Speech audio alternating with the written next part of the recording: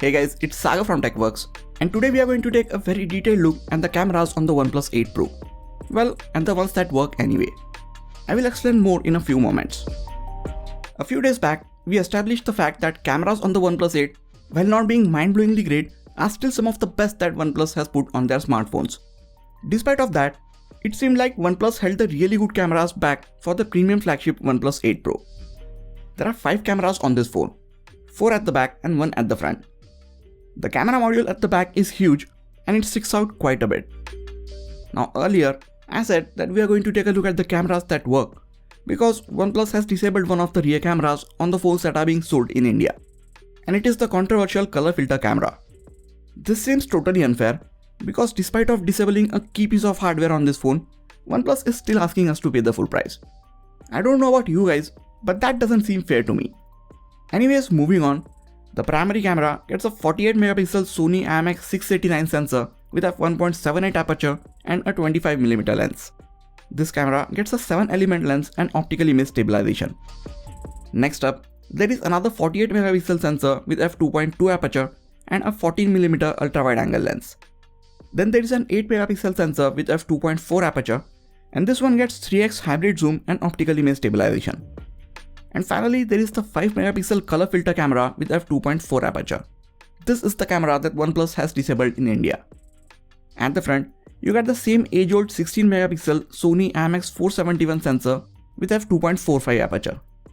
Interface of the camera app is same as we saw on the OnePlus 8, so we are not going to dive deep into it. If you want a deeper look into it, check out my dedicated camera review of the OnePlus 8. I will leave a card to it on the top right corner of the screen and also link it in the description section.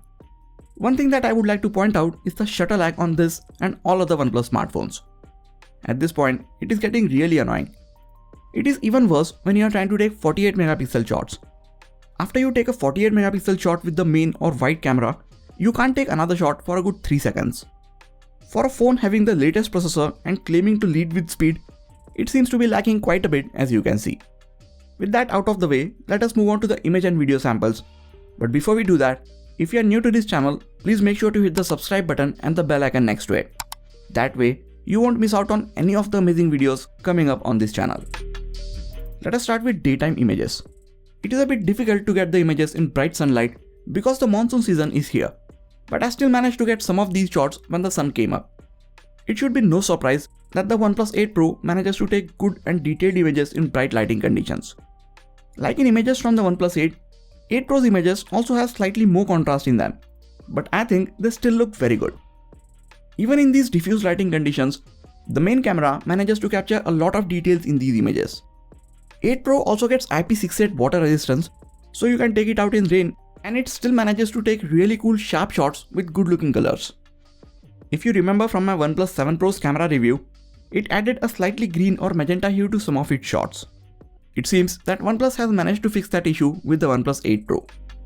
Colors from this phone look natural and very well balanced. They are not overly saturated like from some other smartphones. I would say this time OnePlus has managed to nail the colors because in these daylighting conditions, they turned out exactly how the actual scene looked. In this image, there are so many shades of green which are clearly differentiated, and the pink flowers are not overly saturated, making the overall image look balanced. If we zoom in, we see that the white flowers are not overexposed and there are a lot of details in them. Which brings us to next set of images that show us the dynamic range of this phone. OnePlus has added a new feature called Ultra Short HDR and it helps this phone take images like this. Now while taking this image, due to the sun that is peeking from behind the building, I could barely see half as many details in the shadows as we could see in this image. This is another great HDR shot.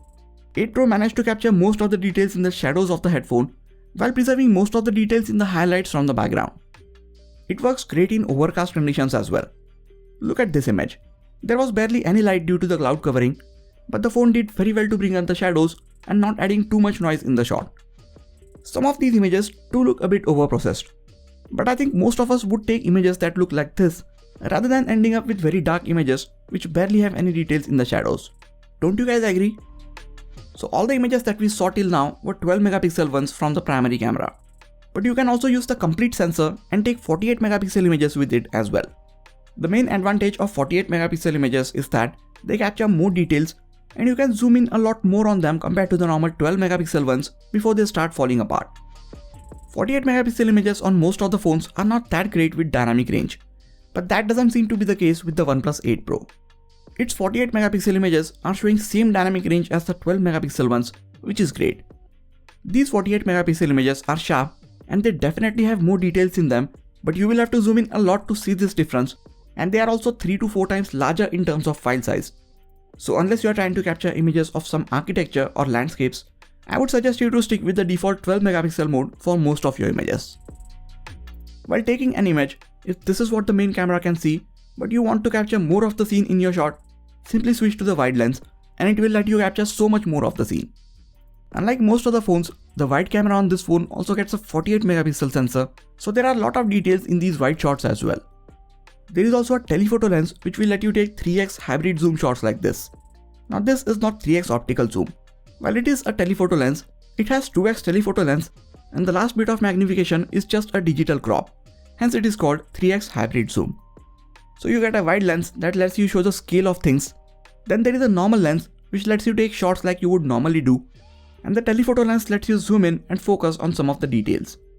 Actually, you can keep on digitally zooming in until you reach 30x.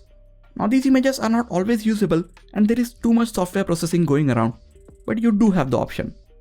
I think 10x digitally zoomed images while having a lot of noise are still usable, but the 30x ones are not that great. Here are a few more examples. I like that we have these options, but normally I would just stick to the wide, normal and telephoto lens so that I have sharp images with lot of details in them. In some shots there is a shift in color temperature and white balance as we switch between these three lenses, while in others the colors seem pretty uniform. I think OnePlus needs to put in some work on the software side to make these cameras deliver consistent results. But at the same time, I would like to give them some points for at least trying to work on matching the colors and white balance between these lenses. Normally, images from the wide camera are captured at 12 megapixel. But since it also has a 48 megapixel sensor, you have the option to take 48 megapixel images with it as well. And this is how the 12 and 48 megapixel images from the wide camera look. While OnePlus managed to put a good sensor on this camera, the lens optics is not the best, so the edges of these images are not very sharp and there is also a lot of artifacting and ghosting in these images. Here is a quick focusing test before we move on to the close-up and macro shots. As you can see, 8 Pro has no problem switching the focus from a far to near object, and the shift in focus is smooth and not abrupt or sudden. Once the main camera sets the focus on a particular object, you can take amazing looking close-up shots like this. The subject closest to the camera or the one that you tap on is in perfect sharp focus, and thanks to a larger sensor and wide aperture, background in these close-up shots get a very nice optical blur. Now since the sensor is large, it poses a different challenge. The closer you get to your subject, the plane of focus gets narrower and it gets very difficult to keep the subject in focus. I am not complaining because it is great to have a large sensor on your main camera. All I am saying is, you need to be aware of this and plan your shots accordingly. If you want to get even closer to your subject, the 8 Pro gets a dedicated macro mode and this phone gets the macro mode right. Like the OnePlus 7T, it uses wide camera to capture macros, so you get plenty of details in these shots. They should have done this on the OnePlus 8 as well, instead of giving us the poorest macro camera that I have come across yet. Anyways, because these macro shots turned out to be so good, I ended up taking a lot of them on this phone. Let us now move on to the portrait mode. On any smartphone, I love taking images in this mode. And it is so amazing to see this mode evolve on these phones, and it has got to a point where if you are not a professional photographer, it might be very difficult to tell which of these shots are taken with a DSLR camera and which one were taken with a smartphone. On the 8 Pro, you get the option to take wide or zoomed in portrait shots. Normally I prefer portraits with the telephoto lens, but on this phone, I like the wide portrait shots better. While the dynamic range might make some of these images look overprocessed, I still like how these shots turned out. Other than missing on some strands of hair, which were actually moving because of the wind, the edge detection was near perfect. This edge detection is just as good while taking portraits of objects. Look at how well the 8 Pro separated these cones, kept them in focus, and then blurred the rest of the background. In some of the shots like this, when the subject is dark, the phone finds it difficult to set the focus, and it takes a few attempts to get it right. By the way, am I the only one who takes portraits of objects? Most of my friends never use this mode for taking images of objects. I would just like to know if you guys do. Let me know in the comments. let us move on to the images that I took in indoors, artificial and lower lighting conditions. The OnePlus 8 Pro is a flagship level smartphone, and as the light gets down, its camera performs like one. Having a large sensor, optical image stabilization and wide aperture all come together to help it take good images in lower light. As the light gets even lower, 8 Pro doesn't introduce a lot of noise in these images. I showed this scene in iPhone SE's camera review. While taking this image, I had the 8 Pro as well, and look at how incredibly the 8 Pro managed to preserve all of these colors. It is in fact a low light shot, and look at how many details the camera managed to capture in the darker parts without introducing too much noise in the image. There is a nightscape mode which helps this phone take better images in lower light, but even without switching to this mode, sometimes even in the auto mode, the phone keeps on capturing more light after you hit the shutter button, making the images look just as good as they would if clicked with the night mode turned on.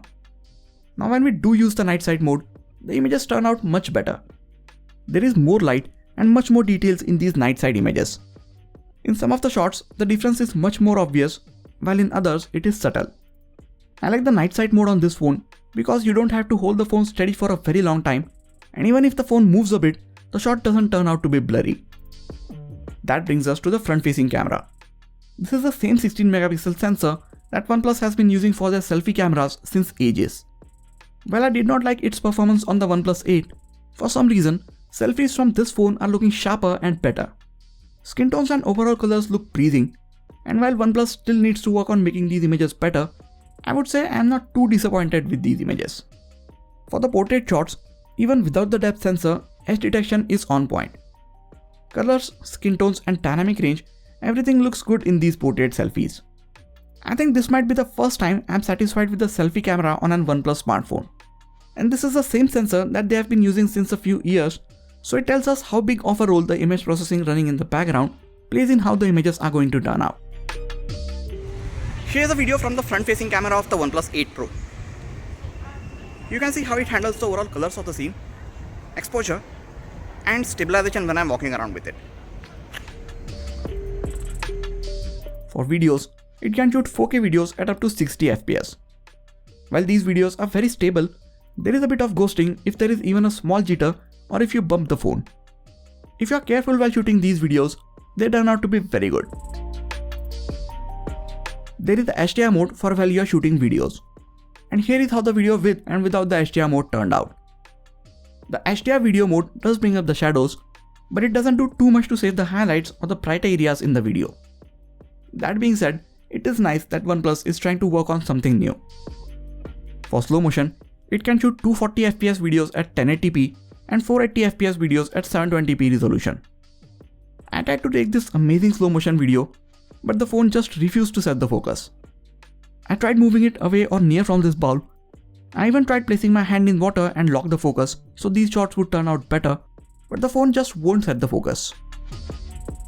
Those were all the image and video samples from the OnePlus 8 Pro that I had for you guys. After looking at over 85 image and video samples, I can finally say that OnePlus has managed to put a very good set of cameras on one of their phones. There isn't a lot, if anything, to complain about these cameras. I have been waiting to say this ever since the OnePlus One came out. It took OnePlus close to 6 years to get the cameras on their phones right. Now, I haven't compared any of these images with the iPhone 11 Pro or the Mi 10, so I don't know where it stands with respect to the competition, but on its own, I would say OnePlus has done a great job with the cameras on this phone. If I had to nitpick and point at something, I would say they need to work on making the videos a bit more smoother. And if they could tweak the software a bit to make the portrait shots look a bit less processed, that would be just wonderful. And of course, this is a big one. They need to fix the shutter lag issue which I showed earlier in the video.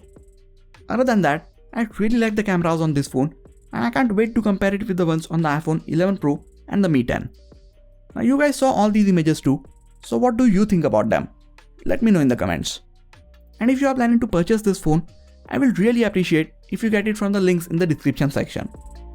That is it for this video guys. Please hit the like button if you enjoyed this video and subscribe to the channel for more quality tech videos like this. You can also check out some of the other videos from this channel. This has been Sagar and I'll catch you guys in the next video. Take care.